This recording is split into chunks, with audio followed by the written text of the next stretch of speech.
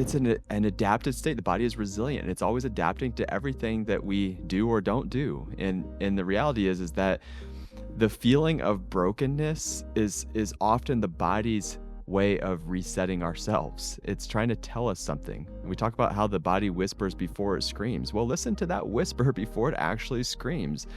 And the starting place for healing is that belief that my body can heal. If you believe your body's genetically broken and doomed and it's going to fail you, well, it becomes a self-fulfilling prophecy. Welcome to the Foundational Health Podcast, where we provide education and inspiration to help guide you on your journey to look better, feel better, and most importantly, heal better. My guests today are two of the most influential people in the natural health revolution that is taking place in America right now. Dr. Nick Wilson is the founder of Alignment Training, Restructured Chiropractic, and Vitality Metabolics. He's an author, speaker, and vitality strategist focused on natural health, structural alignment, and building human resilience. He's also the co-host of the One Dream podcast and the Dr. Wilson radio show on 93.1 FM in Indianapolis. Leah Wilson, JD, is a health freedom attorney and co-founder of Stand for Health Freedom. She empowers parents to make informed medical decisions and defends the rights of Americans to decide the care that aligns with their values and beliefs. Together, Nick and Leah have recently co-authored an incredible must-read book called Reclaim Vitality, a guide to exit conventional medicine and live naturally. And now for my conversation with Dr. Nick and Leah Wilson. Hey, Dr. Nick and Leah, thank you so much for taking time out of your, I know, incredibly busy and very important schedules to join us here today on the Foundational Health Podcast. I can't tell you how excited I am for this discussion. Well, thank you for having us, Kevin. It's an honor. Yes, great to be here. Awesome. So I am in the process and almost finished with your brand new book, Reclaim Vitality. So if it's okay with you, that's where I would love to start. Great. Yeah, let's do it.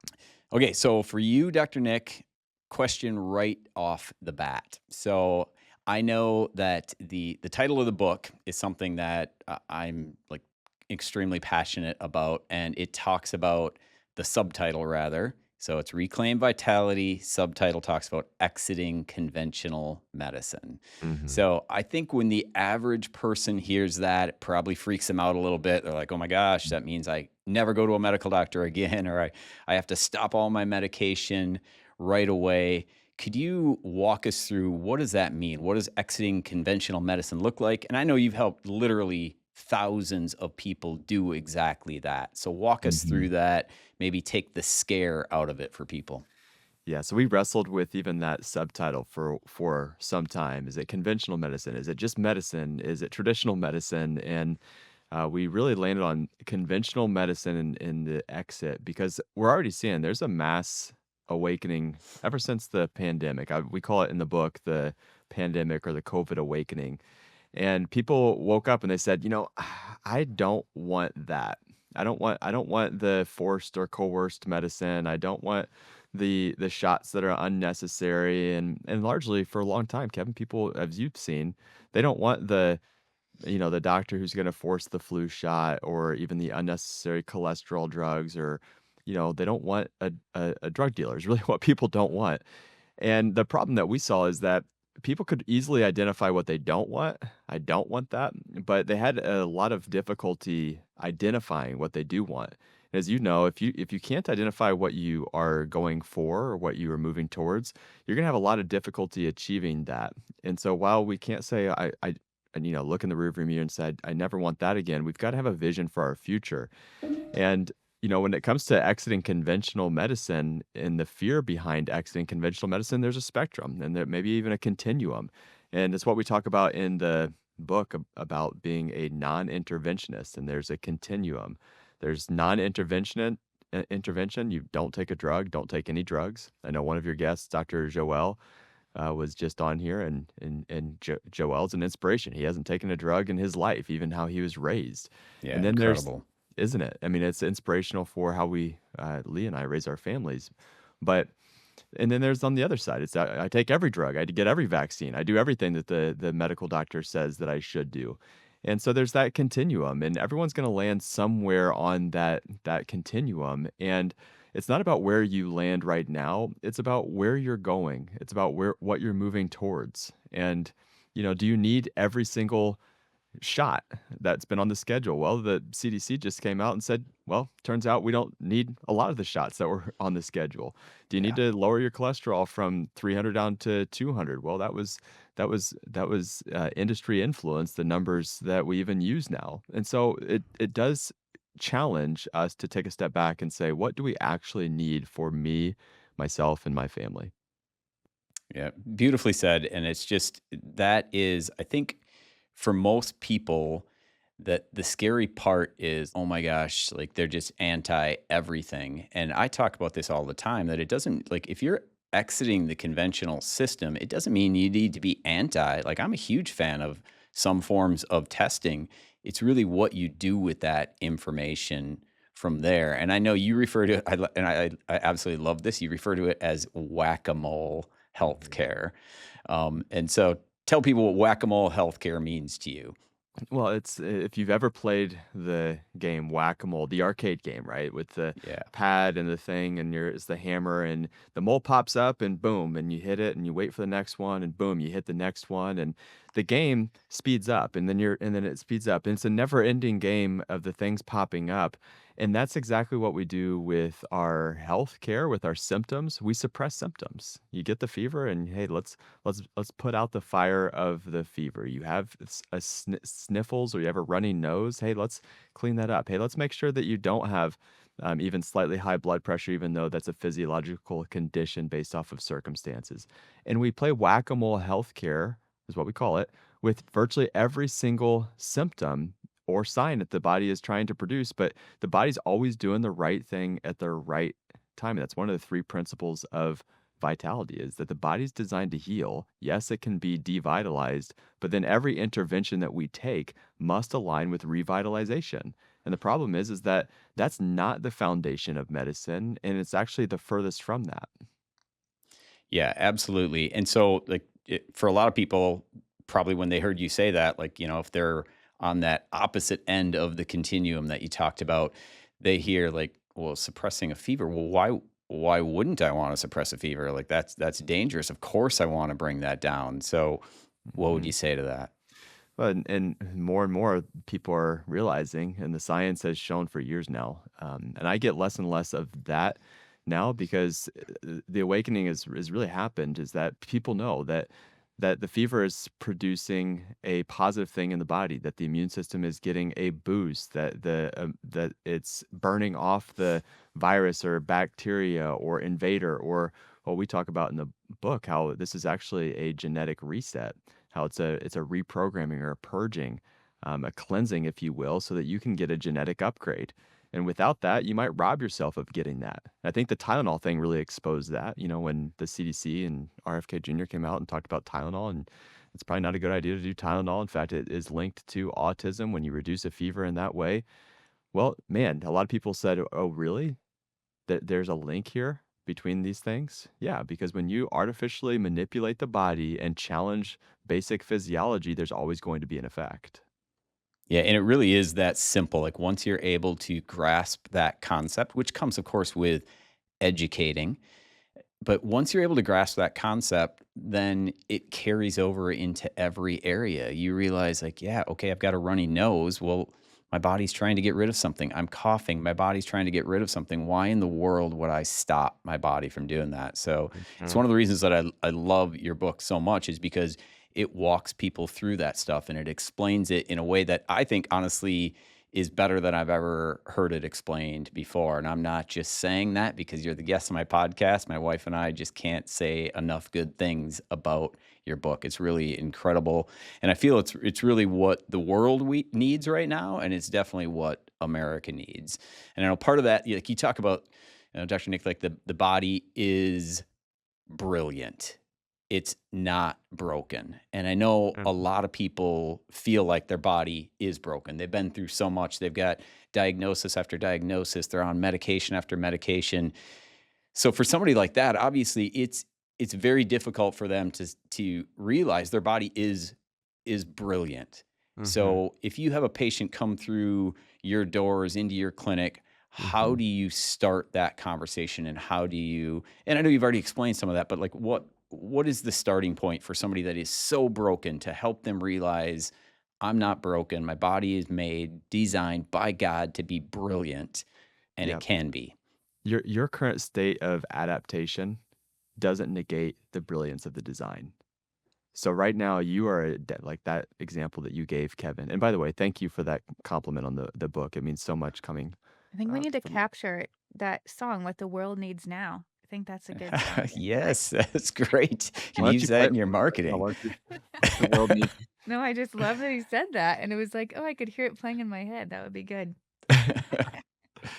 It's an adapted state. The body is resilient. It's always adapting to everything that we do or don't do. And the reality is that the feeling of brokenness is often the body's way of resetting ourselves. It's trying to it's trying to tell us something. And we talk about how the body whispers before it screams. Well, listen to that whisper before it actually screams. And the starting place for healing is that belief that my body can heal. If you believe your body's genetically broken and doomed and it's going to fail you, well, it becomes a self-fulfilling prophecy. Yeah, absolutely. And there's I mean, if you look at one of the biggest lies is the genetic lie, and we wrote a chapter about that, but we also wrote a chapter about autoimmunity, and that's a really hard one to confront when people feel very broken. But if you understand that even your genes and gene expression are smart adaptations. We use the word mutation in conventional medicine, but when you step outside of conventional medicine, it's not a mutation or your body going wrong or rogue. It's a smart adaptation. And even people with the worst diseases, worst genetic diseases, there's a woman who lived well into her 70s without problems with cystic fibrosis, and she handled it all naturally. Mhm. And so it's just understanding the next best decision. Yep, it's good. Yeah, Dr. Joel and I recently talked about that, and we were talking about like the whole genetic determinism, and I had mentioned like Bruce Lipton. I don't know if you've read his book Mhm. on epigenetics, but I love his saying, which is, your genetics are just like getting handed a loaded shotgun, and it only becomes dangerous if you decide to pull the trigger with your lifestyle choices. Right. And that's really what it comes down to with genetics. And so much of this, it is just all about lifestyle choices. And like, speaking of Dr. Joel, which we already mentioned, recent guest on the podcast, but I know, Leah, that you started an incredible organization. It's above and beyond an organization. It has become a movement, a massive movement, which is Stand for Health Freedom. So, can you talk about what that is, first of all? And then also, I would love to hear your personal story, like with both of you, like what led to you saying, like, hey, we need to do something about this. We need to help other people stand for their health freedom. Absolutely. So Stand for Health Freedom was birthed out of a personal situation with us that where public health recommendations were being weaponized against our foster care license to have foster children in our home as foster parents. And when we fought that battle all the way up the chain of command, saying, how does it make sense that we've had foster children here before and you didn't consider us a danger to them because of Isaiah and Samuel's vaccine status? And now you do, yet they're sleeping on the floor in the Department of Child Services right now, waiting for a safe bed. And so we looked at each other, Nick and I did, and said, where do we go from here? It seems wrong not to confront this, but it seems too big.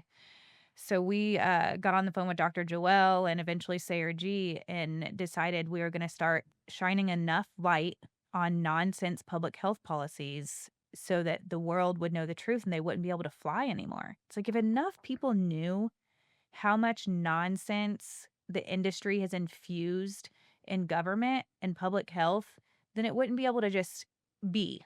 People wouldn't comply. People would ask for something different. And that's really what we've seen since we started Stand for Health Freedom.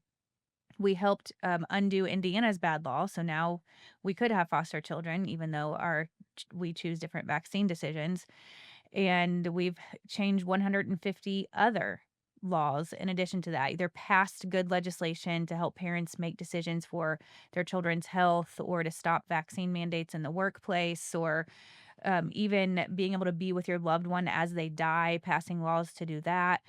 We've helped pass all these good policies, but really the beauty of it is the awakening of millions of people who have taken action and now feel more confident in knowing that they're not alone and that there is common sense in healthcare and there can be in government too, if we ask that from our representation.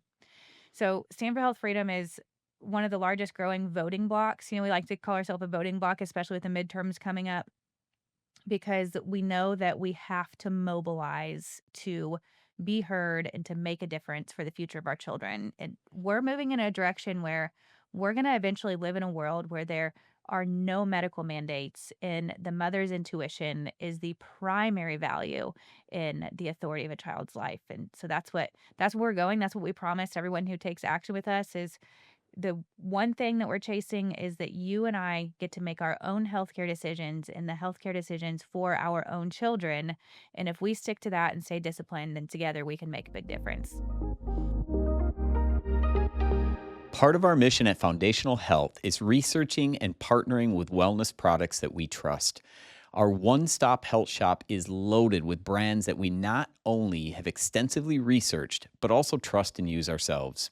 You can find everything from low EMF, red light therapy devices, grounding mats and sheets, non-toxic mattresses, saunas that help you detox faster without toxifying you, the best water and air filtration systems on the market, high-quality supplements and foods, exercise and fitness products, our favorite books, and so much more.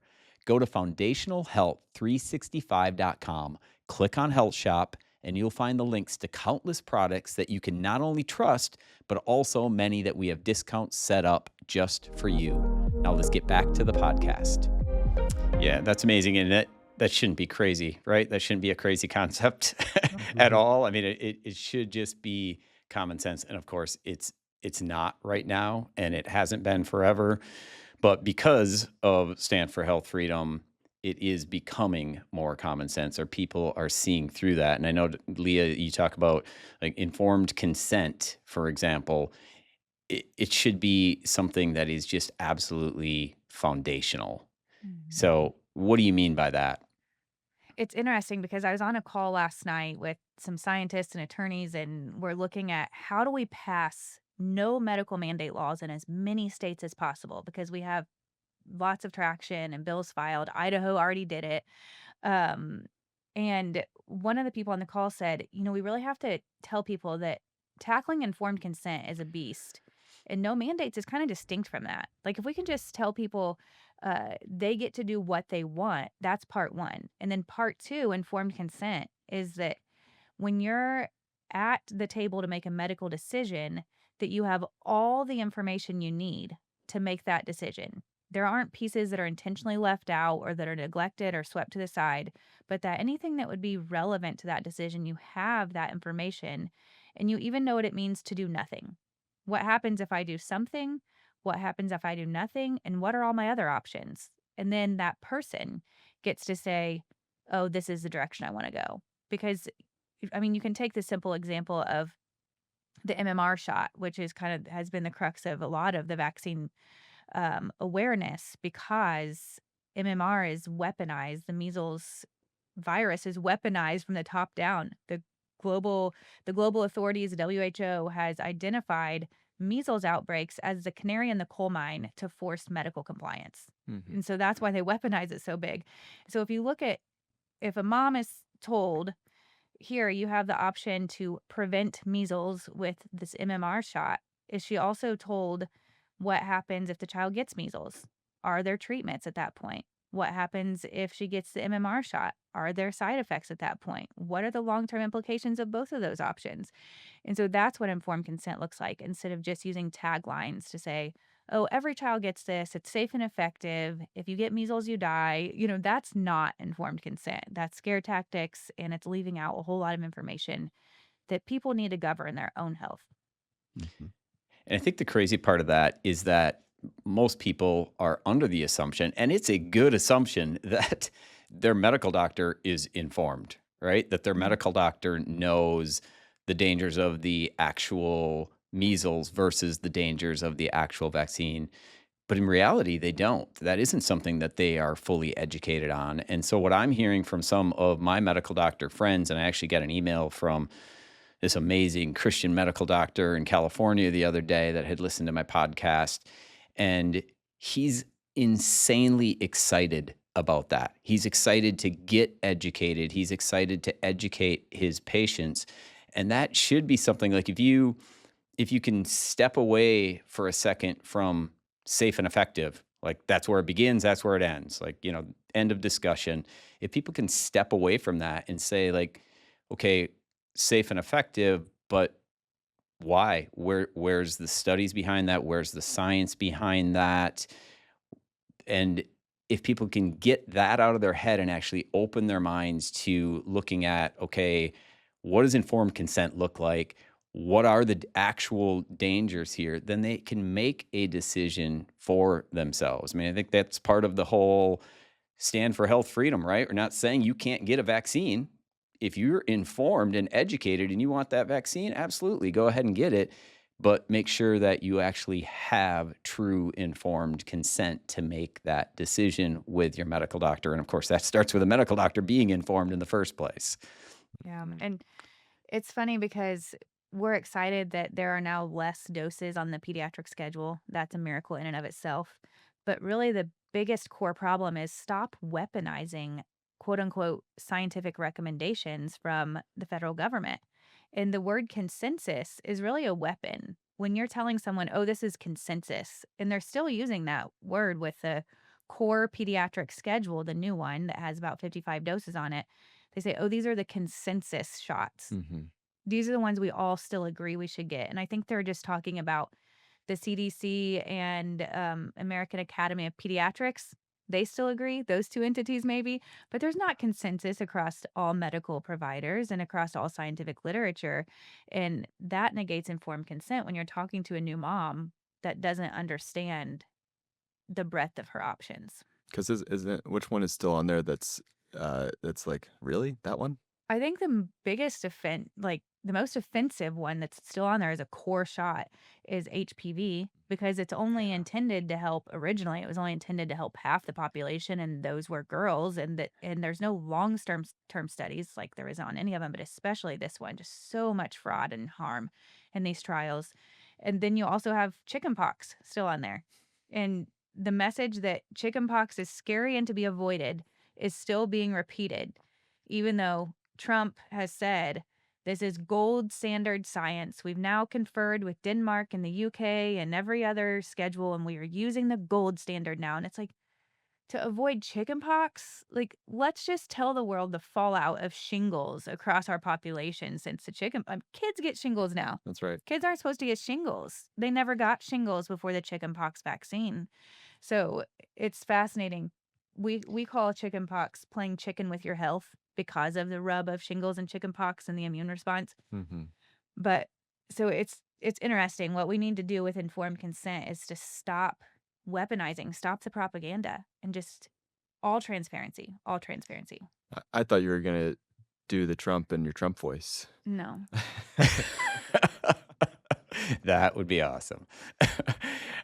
Yeah, the chickenpox one is honestly the one that it's the most crazy one to me because when I was a kid, and of course my family still does this. My kids are all homeschooled, and a lot of our friends are homeschool families. But, there's chickenpox parties. Well, that used to be the norm when Mm. I was a kid. And chickenpox was not feared in any way, shape, or form, but they have repeated that mantra over and over so much that people literally believe chickenpox is this awful disease, and it's just not. So, could you also tie in, because you touched on the chickenpox shingles. Um, connection there, but I don't think most people realize, like, what does that mean? How has the chickenpox vaccine led to shingles? Chickenpox is there's a natural immunity to chickenpox, but it's one of those viruses that requires boosting or childhood illnesses that requires boosting, like they do with the MMR shot. They give you a booster so that your immunity will last longer. So when your siblings would get it, you would get a little minor boost to that immunity in your body. And you would also get one when you had your own kids and when you had your grandkids. So it was a continual natural boosting of that. And the chickenpox virus was also a natural boosting against shingles. And now that it's not circulating and this illness is not circulating, the shingles doesn't have that buffer to drive down the expression of it. And so we're not only seeing an explosion of shingles in our older patients and then the older population starting 50s and 60s when you would start having grandkids, but we're seeing it express itself in the kids who have waning immunity and who don't have true immunity or never got immunity from the shot that they received.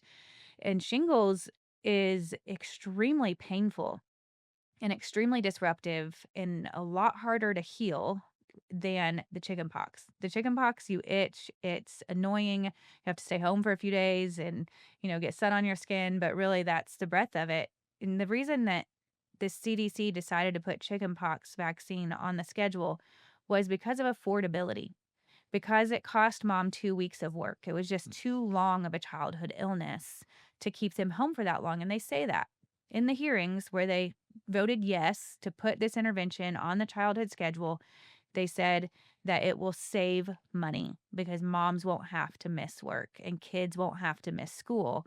And so it's just fascinating that people aren't told the real cost of the shot or the real benefit of it, which is mom not having to miss work. Mhm. Yeah, so I probably should have started this whole discussion by, saying like uh, vaccines is was very taboo. Like you couldn't even mention it before without getting censored. But now that there has been so much public awareness around it lately, especially with the CDC changing the schedule. And of course, we have, like three of us are elated about that. But then there's the other side where people are incredibly upset and they think it's going to be the decline of humanity. And RFK Jr. is anti-science and this is just going to kill millions of people. But I think those people are the ones that believe that there's actual science behind this and there's science behind the schedule, and that the schedule has been studied, but it hasn't. It Mhm. not only is there not individual studies on vaccines that are effectively done, but certainly not the schedule. And when you combine all of them, and I think if people realize that there isn't actual science behind that, then they wouldn't be upset that, hey, the schedule's changing. And that is actually a great, great thing. So I like, I know you started a lawsuit. Can you talk about that, the lawsuit against the CDC and what that has led to?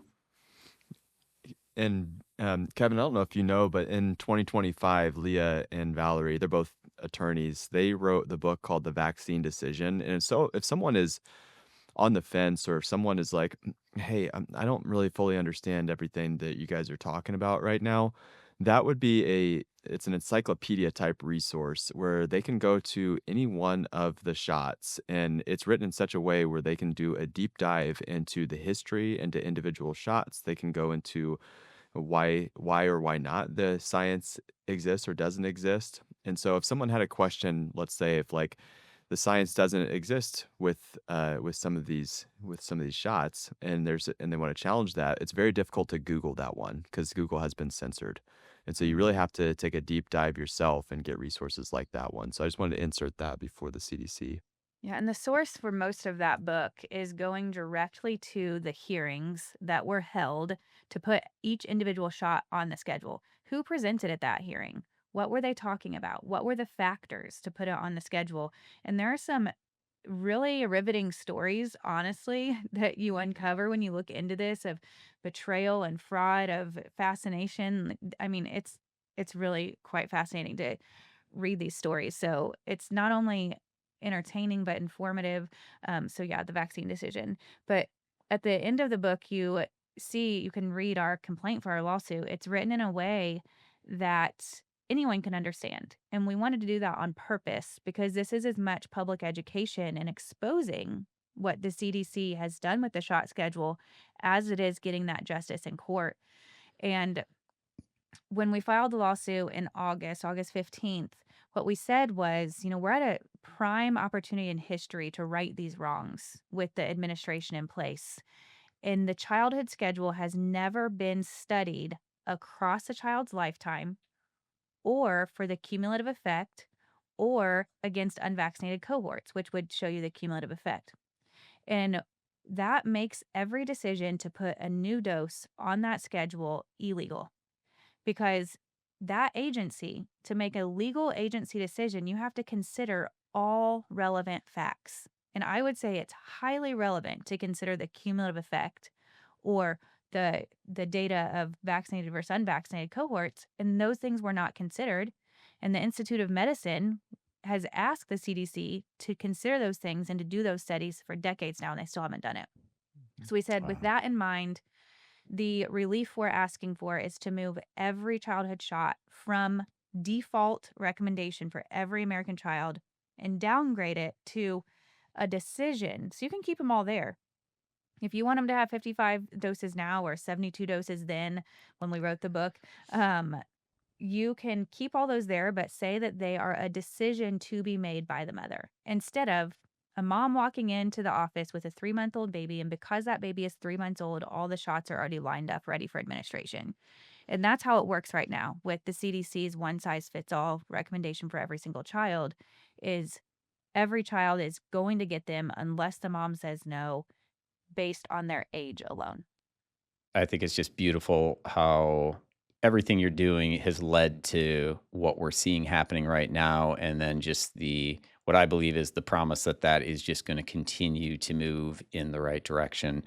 And before we shift gears a little bit here, just to share a personal story, I don't know, I don't think either one of you know my wife, Sarah, but when I met Sarah 17 years ago now, she asked me out, and I already knew who she was, and she was a baby vaccine rep for GlaxoSmithKline. Whoa. No way. And long story short, I said no, like, can't go on a date with you, and so that led to her saying like, hey, I just want to understand like your stance behind this. Well, a week later, I had a workshop called To Vaccinate or Not to Vaccinate. So this was 17 years ago. It was a huge community workshop. We had a couple hundred people there. And during that workshop, I showed the schedules that you guys have seen, hundreds of times, or the charts, the graphs rather, where it shows that the polio, which is always the argument for vaccines, right? The polio was dropping. So the rates of Mhm. polio dropping to nearly non-existent. And then the vaccine was introduced. And I showed that with others as well, where, the vaccine takes the credit for it when it was just happening naturally. And so, of course, Sarah's confused afterwards, and she was leaving for a conference in Philadelphia the next week for GlaxoSmithKline on vaccines, of course. Those exact same charts, just missing the decline rate, were shown at her conference. And she raised her hand and said to the presenter, one of the head scientists at GlaxoSmithKline, she's like, so I just saw these charts recently, but they actually showed the decline was happening prior to the vaccine being introduced. And she was expecting the presenter to say, like, that's BS, here's why. And he turned, looked at her and said, we don't talk about those things here. And she said, like, the whole room, like, everybody is like shifting around in their chairs. And afterwards, during the break, she just got swarmed with people. Like, what is he talking about? What do you mean? Like, you don't talk about I those know. things. And it led to, like, that was her awakening moment, because she was asking that question thinking I was crazy. And so Oh. that was her awakening, like, holy cow, maybe he's right. Maybe this whole world is a lie based on non-science. And Mm. then that has since led to countless of her friends getting out of that world. And it really, and I think that's what happens to so many people, once you open your mind, truly decide to educate yourself, you see that, an anti-vaxxer, as we get labeled, is not an anti-vaxxer because they're anti-science. They're actually pro-science. They're the Mhm. ones that want to see the legitimate reasons why somebody would decide not to vaccinate as opposed to just following mandates or recommendations and everything is just safe and effective That's when right. it's just simply not safe or effective. Yeah, and that's what it's the anti-vax label is so funny because it's like I'm the most pro-health, pro-science person in the sense of pro-humanity.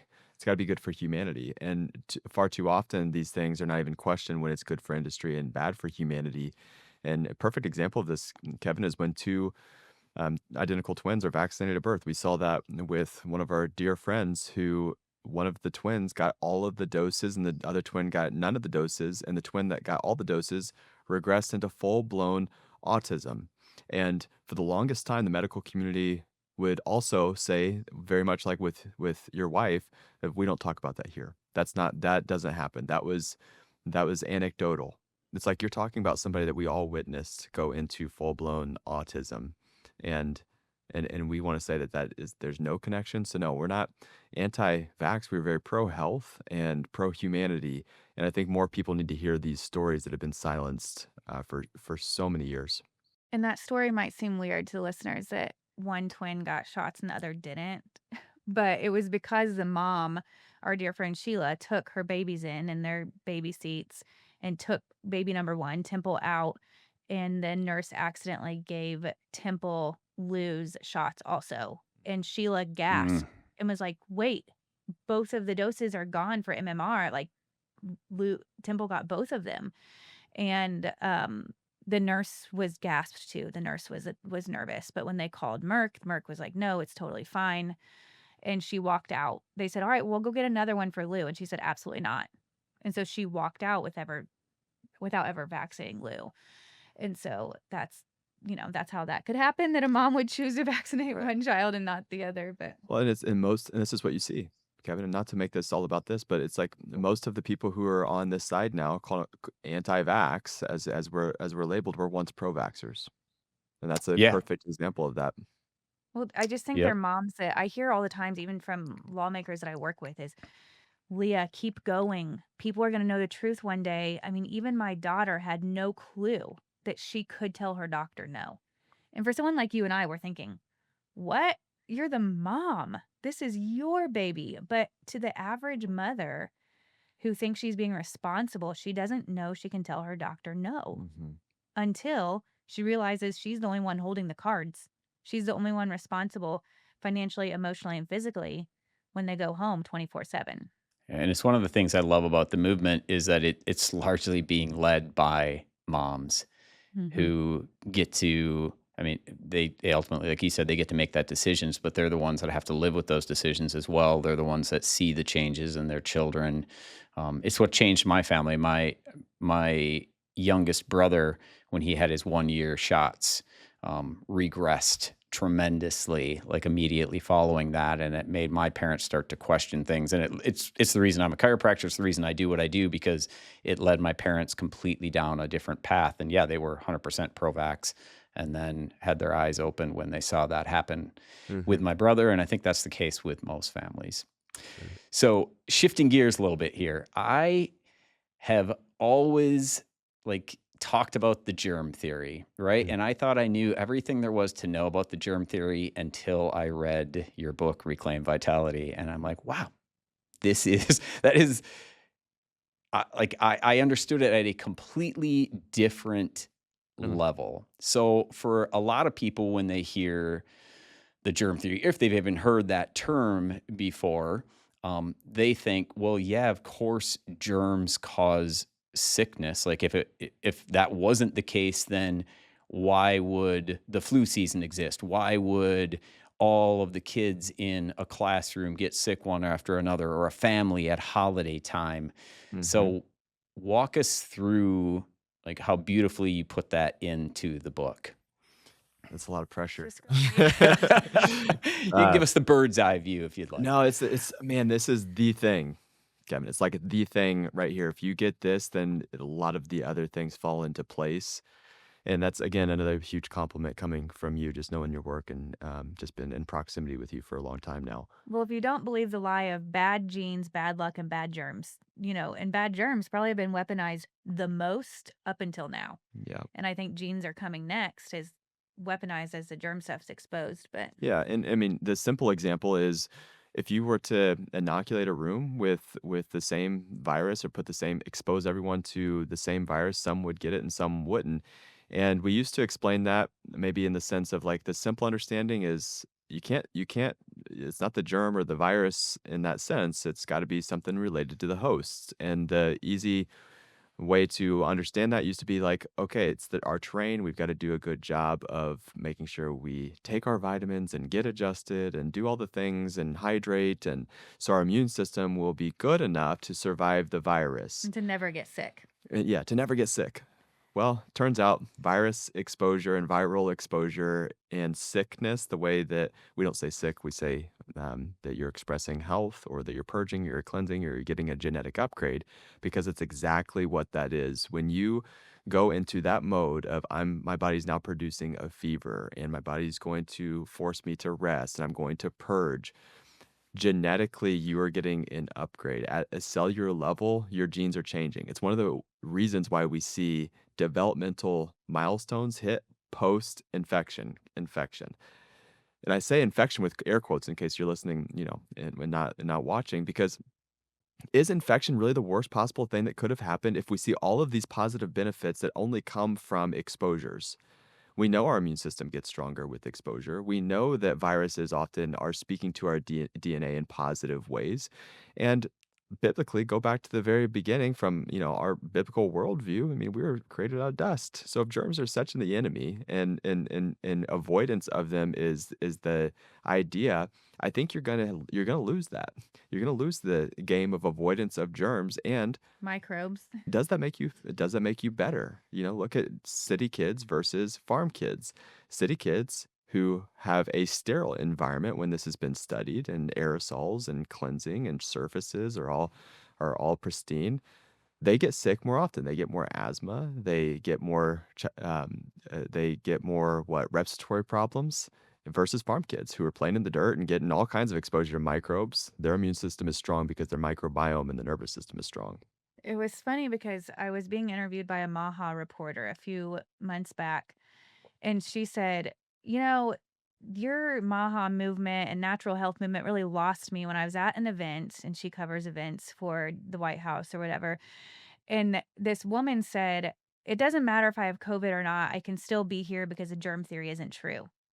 And that's like kind of the surface level understanding of germ versus terrain, is that it doesn't matter. It doesn't matter if I'm sick, I can go anywhere, see anyone, but it's like, no, if you're expressing health and you are symptomatic, then you allow your body to heal. And that's why bigger families Hmm. express health more often, because you're upgrading and responding and adapting to 10 people in the home. That's right. Whereas a smaller family, 3 or 4, is only adapting and responding to living in tight community with 4 people in the home. Just like a kindergarten teacher, she adapts and responds to 30 kids, not just the kids in her home. And so if you have an infant, you shouldn't just be parading the infant around, even though it's germs aren't the devil and germs aren't the determiner. You don't parade the infant around in public when they just need to be adapting and responding to their immediate community, not to every Tom, Dick, and Harry who's also adapting and responding to their immediate communities. So Well, it's just a deeper understanding so that we don't throw the baby out with the bathwater, with common sense and manners. Manners not to cough all over somebody. Like, it's like, Yes. "Oh, we don't believe in the germ theory, so I just cough everywhere, sneeze everywhere." No, no, no. We still stay home when we have fevers to heal. We still don't cough on people. It's just it's it's such a rudimentary understanding to say it's only terrain versus germ. yeah, rejection of the germ theory does not give you permission to be gross.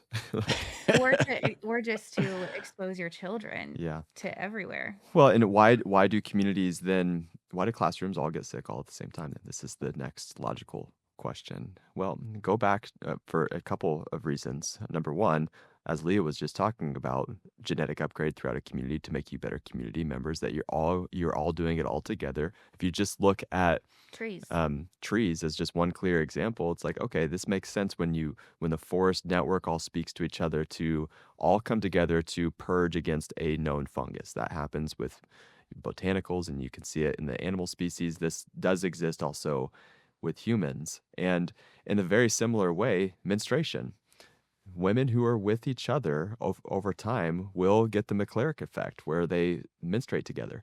And so what did they catch a period? They didn't catch the period. They were menstruating together because there's a fourth dimension that we can't see that exists that dictate our physiology in a big way, which is for our benefit. There's reasons for that. If you look up just from a biological perspective, why women would menstruate together, why that would be a good thing for humanity, and why we would reproduce more often if that was the case, if there was this cycles of reproduction that everyone was available during those cycles. And then you look at toxins. At what point did we forget that when you introduce a known toxin into an environment, there will be a purging effect? And so you go back to these classrooms, oftentimes you'll see that the janitorial supplies change, and there's a known bleach or there's a known toxin that got introduced to this school, and boom, you see this effect throughout the entire school. Again, was that the body doing a bad thing because it was purging against that? Absolutely not. It was a good thing, and we should celebrate these things. Yeah, and if anybody's confused by that, like this is one of the many reasons that I recommend your book to everybody because I know like for people that the germ theory, like it's just like that's a crazy concept right now. Like if that sounds like oh my gosh, like what are these guys even talking about? Like if you read the book and you see like the examples that you just use, like this is something that happens everywhere in nature. And I think that's always where people like they can't grasp things with humans, but then if they understand it with nature, like, oh yeah, that makes sense. And the tree example is a perfect one. Like it's not like it's a theory that trees upgrade when there's a virus that is going through the forest or like a mold or a bacteria, whatever it is, even insects, like that is a known fact in nature and we are nature. That same thing Mhm. applies to us. And the way that you just go through that and explain it with all of the different examples, it just really helps it hit home. And it's a really big point to hit home for so many people where they realize, like, yeah, it is the terrain. Yes, I'm getting a genetic upgrade, but I probably shouldn't be getting one all year long. So if I'm constantly sick, there Mhm. might be a problem here with the terrain.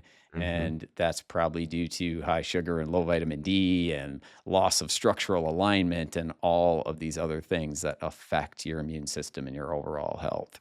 Yeah, the nervous system is begging for you to get a reset, and so it's begging for you to get to the underlying causes of why your immune system is chronically low. But if we were to look at the trees and we were to go as a botanist or something and go look at those trees, I think it would be crazy to say, well, the leaves are changing color, the soil is a little bit dry, so let's go inject coloring into the tree leaves because that's the answer to the trees that are dying. Or we say, well, there's the soil clearly looks dry, so we go and we try to chemically or genetically modify the soil so to be better conditions. Like that seems to me that part is crazy. So when people say, oh man, this idea of like you getting a genetic upgrade and that sickness or childhood illness might actually be a good thing and not something to avoid all the time. That sounds crazy. No, I think it sounds crazy to do the opposite, to try to manipulate physiology. Nutridyne is my number one choice for the vast majority of my family supplements. I'm a huge fan of nearly everyone taking what I call the foundational 4 supplements: a multivitamin, a spore-based probiotic, omega-3 fish oil, and vitamin D3 with K2. The large majority of people are deficient in many of these nutrients, and they are the building blocks to gut health, immune system strength, brain health, heart health, and every other aspect of your health. Don't fall into the trap of chasing symptoms with supplements and instead start to rebuild your health with the foundational 4. We partnered with Nutridyne so that you can save 15% on every order, and not just with the foundational 4, but all of your other supplements as well. Go to foundationalhealth365.com, Click on Shop Brands and then Nutridyne, set up your account, and you're all set to automatically get 15% off all orders. Now let's get back to the Foundational Health Podcast. To switch gears a little bit again, I know that I just mentioned structure, for example. So I know you, Dr. Nick, are an expert in structural alignment. So really good takeaway for listeners. Like, how can you just like walk us through, like, how does posture affect our nervous system? How does posture affect our overall health and result in our overall health being worse when posture is bad? Because these are things that a lot of people just don't realize. And then what are some simple things that people Mhm. can incorporate into their life to improve upon that, to reduce stress naturally and boost the nervous system? Well, posture is a reflection of the nervous system. So that's what most people don't understand is that you can't consciously change your posture for more than a couple of minutes. They've done studies on this where they say, "Hey, we're going to watch your posture and we're going to analyze it and we want you to be in the best possible posture." And on average, it's less than a minute that they can actually hold good posture because posture is secondary to nervous system. So when the nervous system is in a guarded state, then you're going to get a closed off. You're going to get a closed off upper body. When the nervous system is trying to protect, you might get a anterior pelvic tilt or a posterior pelvic alignment that might exist there. So posture is a window into the nervous system, and your nervous system becomes damaged by structure over time. It's going to go in that protective state or trying to find a safe mode. And the challenge is that because of injuries and accidents and birth traumas and sports injuries, what we have is we have now an ingrained or learned nervous system state that needs help. And it needs help to unwind and get out of that state. But it doesn't happen by force. It happens by assistance. And you've got to recognize where is the stress or tension on the nervous system and why is it stuck in this fight or flight protected mode where everything is guarded. And you got to look back at the nervous system and find out where the sources of stresses really are. And there are several different alignment types, and each individual person is different. And so that's why, I mean, in the book, I talk about find somebody like you, Kevin, who's a neurospinal expert, who's a neurospinal corrective expert. And I even have the list of docs if they don't know somebody near them to find somebody to assist and help them get that stress off of the system. Yeah, it's just so critical for overall health. I mean, it's as simple as the brain, the spinal cord, the nerves control every single aspect of who you are. So it doesn't become any more important than protecting your nervous system and learning how to get it out of that flight or fight stage at all times. That's right. Well, this is where you see, Kevin, the impact of that though is huge. So you see the immune system now all of a sudden is back online. You see hormones that start to regulate because they're in synchrony. This is where you see the miracle stories happen because the fastest way to change your nervous system, and the entire book is about the nervous system, if you really think about it, is a neurospinal adjustment, and one that is focused, one that is tension, and one that is exact and precise. And that's why I love what you do, and I know you've been well trained to do it. Yeah, awesome. So you mentioned a little while ago that, we came from dust, right? So that's near and dear to my heart as a Christian, of course, and recently having Jordan Rubin on the podcast as a guest. Like obviously that whole podcast was on nutrition and the Biblio diet, which is his new book. I'd love for you to go beyond nutrition when we're talking about the Bible and just tell us what the Bible says about being stewards of Mhm. our health. Well, and it's all over. If you really think about the abundant life and be in health and the idea of renew your mind and take every thought captive, these are all things that are affecting physiology because your physiology matters and your body, your physical body matters. And one of the seven virtues of a vitalist is that we would honor and respect the body in a way that's non-intervention. So the non-intervention model is respect the design itself and try to get out of the way more than you get in the way. Because we get in the way with a lot of things that we say and do and maybe even allow.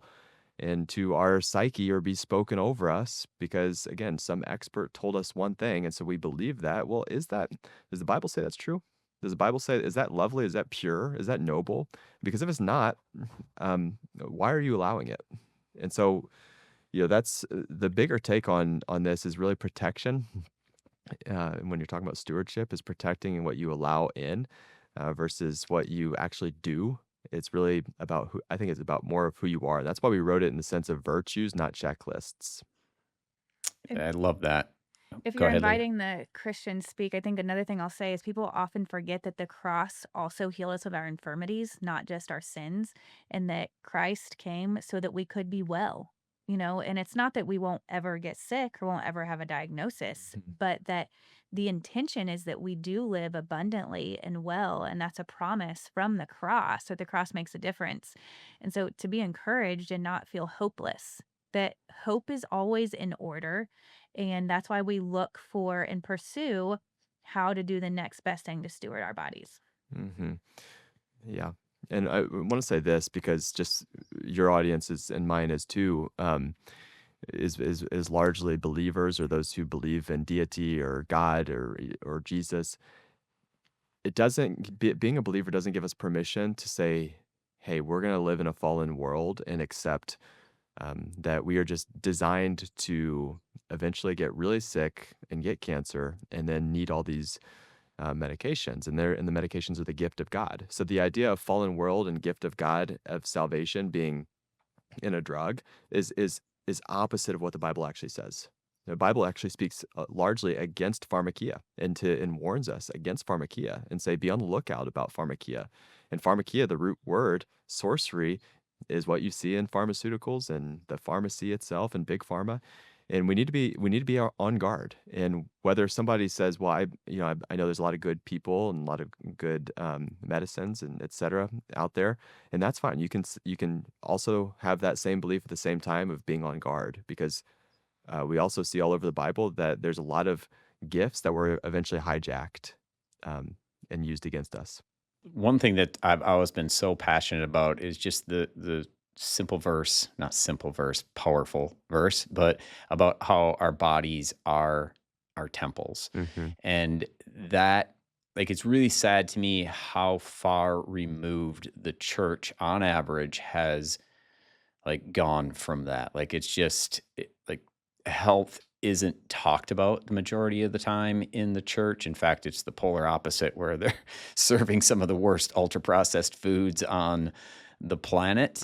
Hmm. And I know like the stats on Christians versus the general population. I mean, to my knowledge, I don't think it's any difference. Is that accurate? So yeah, from what I've seen, it's worse in some areas. Yeah. Yeah, which is really crazy to me. And so we haven't had a church home, my family and I, for a while now since we moved and just kind of been bouncing around. And then decided to go back to our old church this last Sunday. And like the pastor, my local church, I'm just going to give them a shout out for all my local listeners, Jacob's Well.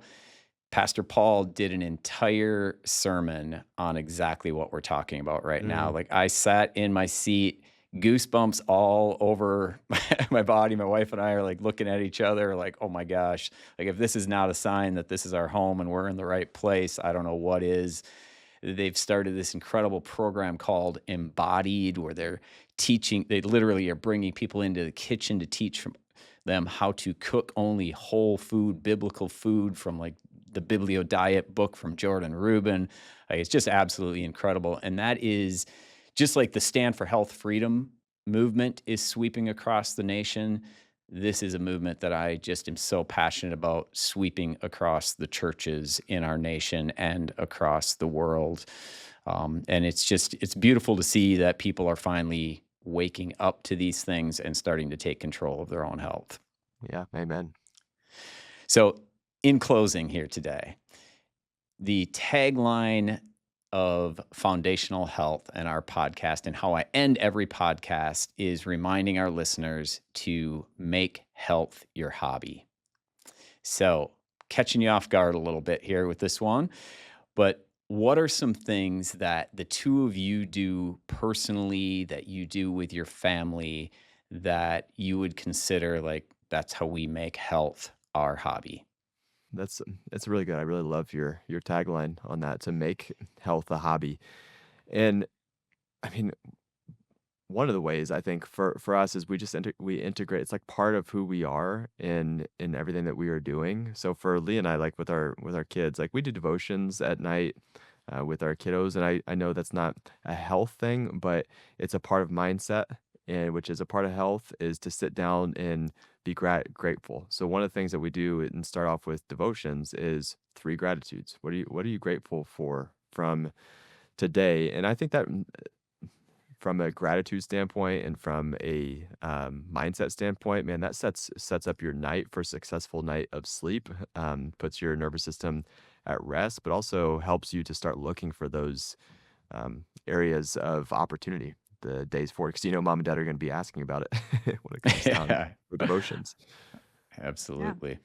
I mean, I would say one of the biggest health as hobby is cooking. I mean, I, I mean, not to sound like taboo, like I'm a woman that's always in the kitchen, but the kitchen is always open. Like, there's constantly nutrition being prepared. So it's just cooking at home, dining, inviting people in to dine in the home, and gardening. There's so much around whole food and just stewarding that well. And being active. I mean, we do family workouts. So we like to work out together. The boys love work, even our 9-year-old, he just wants to see how many push-ups and pull-ups and tricks he can do on the rings. And so it's fun. Like we make working out fun as a family, and eating, and get our chiropractic adjustments once a week. Hmm. I mean, those are all perfect, beautiful examples. I mean, it's literally like what, we always talk about here and encourage people to do is a hobby's fun, right? Hmm. And so most people don't think of food and exercise as fun when it actually can be incredibly fun, especially when you're incorporating it for your entire family. And how powerful is that to have your kids doing that at a young age, to be able to help out in the kitchen with whole, real food, and to be able to see that, oh my gosh, moving my body is not only fun, but it makes me feel better. It keeps me healthy. So yeah, that's literally a perfect example. So how can when we're going to have obviously links in the show notes to your book and the website and everything, but what are the best ways that my listeners can find you, connect with you? StandForHealthFreedom.com, and join the movement there. And then on Instagram for Yeah. Stand for Health Freedom and Dr. Nick Wilson. Yeah. Doc Nick Wilson on Instagram on that, or dr-wilson.com. Awesome. Well, thank you so much for, again, taking time out of your busy schedule. I absolutely love this discussion, and I know our listeners are going to get a ton out of it as well. Awesome. Thanks so much for having us. Thank you for listening to the Foundational Health Podcast.